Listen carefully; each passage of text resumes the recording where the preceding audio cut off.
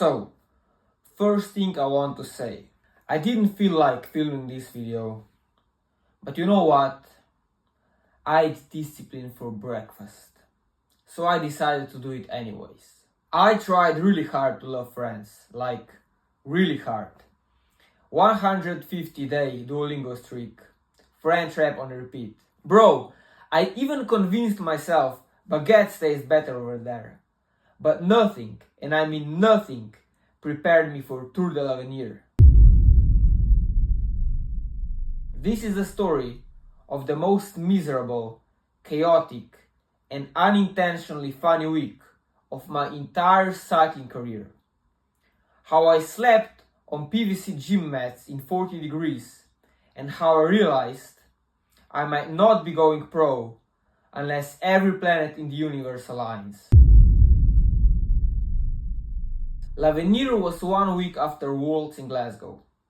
I sacrificed my whole summer for the time trial. Result? I'm ashamed to even talk about it. But I'm like, whatever. Put me on every race. I want pain. The older guys in the team were already warning me. L'Avenir food is horrible. French dorms. You'll see. And I'm the youngest. First year under 23. Full optimism. I'm like, relax guys. This is the biggest under 23 race in the world. Basically Tour de France for our category. How bad can it be? Oh boy. I was about to find out. Teams at L'Avenir consist of 6 riders. Slovenia doesn't have a big selection. If you're on the list, that's it. You're going. Except our leader, the one we're supposed to ride for, wakes up sick. Doesn't even get on the plane. We start L'Avenir with 5 riders. Perfect. Night 1. Campanile. Basic but fine. I think if whole L'Avenir is like this, no problem. Spoiler, it's not. Next day, a hotel near Lorient. This is not a hotel. This is a concrete student bunker, which you enter via outside fire stairs. It has shared toilets and bikes in the rooms. And the food, my brother in Christ.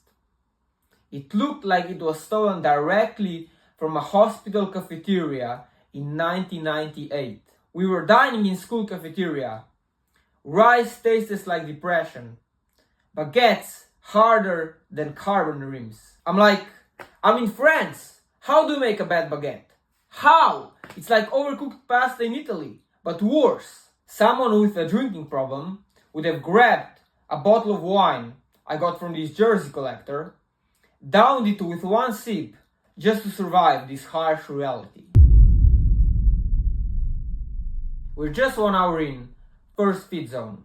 I want a bottle, but I'm on the wrong side of the road, so I move back. Bam! The race favorite goes down, taking one of our teammates with him. Wrist broken. I nearly hit the deck behind them too. Team Slovenia already down to 4 riders, and the race hasn't even properly started. We arrive at the next hotel. It's not a hotel, it's a crime scene. Wooden bunk beds, green gym mats from your school gym class. I'm literally sleeping on the same material they used to wrap chicken in the supermarket. It's 40 degrees Celsius inside, and there's no air conditioner. So your skin glues on this PVC foil. I turned myself at night, and it sounded like I was unwrapping a sandwich. Food, worse than hospitals. I still have nightmares from it.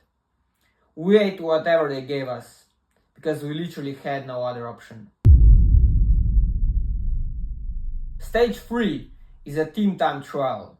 4 of us are still standing strong. Well, we got cooked at this stage. Lost 2 minutes. But at this point, 2 minutes is nothing. 2 minutes is a blessing. Back to the PVC torture chamber. I really wish I took more more pictures of the dorms back then. On stage 4, our third teammate crashes right after the neutral, right onto his face. The photos from the hospital looked like he came back from a war zone. His face looked like he used it to polish the tarmac. L'Avenir 2023 Team Slovenia is now officially at a 50% discount. And guess what? This guy was my roommate. He got into the room at night, all bandaged, swollen, scraped, and I legit got goosebumps when I finally looked at him. After stage 4, we're finally not in the dorm, but back in the hostel. It feels like heaven. We think, yes, finally, real restaurant, real food. We go to Flunch. If you like Flunch, your taste buds left your body. Cold food, zero seasoning, sadness on a plate. And to top it off, organizers yell at us because we didn't return those PVC covers at some random drop-off point. L'Avenir logic. Stage 5, we all survive. But there are 4 more stages left. And let me remind you, half a team is missing. Ski resort, cooler temperatures, and finally there's no PVC. But to get to your room, you need to take the elevator to the 14th floor, then take another elevator to the 10th floor, hallways, stairs, hallways, another stairs. It took 10 minutes just to arrive to your bed. I remember the nightmare when I went down to get the water from the van. Dinner was 10 kilometers away, paid with meal tokens like it was actually worth something. It wasn't. It was awful. Then came Col de la Loze. It was a short stage on the paper, only 65k. But this climb is a monster. Like, it's not a climb, it's a punishment. But the real issue for me wasn't even the climb, it was the descent. This is where it hits me. I cannot descend like these lunatics, even on dry roads, let alone in wet. Full speed, no brakes, no fear. Everyone bombs the downhill like they're immune to death. I'm like, fuck it, and I lose the main bunch on the descent. I find a small group, and on one of the descents, another one of my teammates crashes again. Second time this tour, rips off half his ass and abandons the tour. We're now down to 2 riders. Forecast says it's gonna rain all day. I have to wake up at 6 a.m.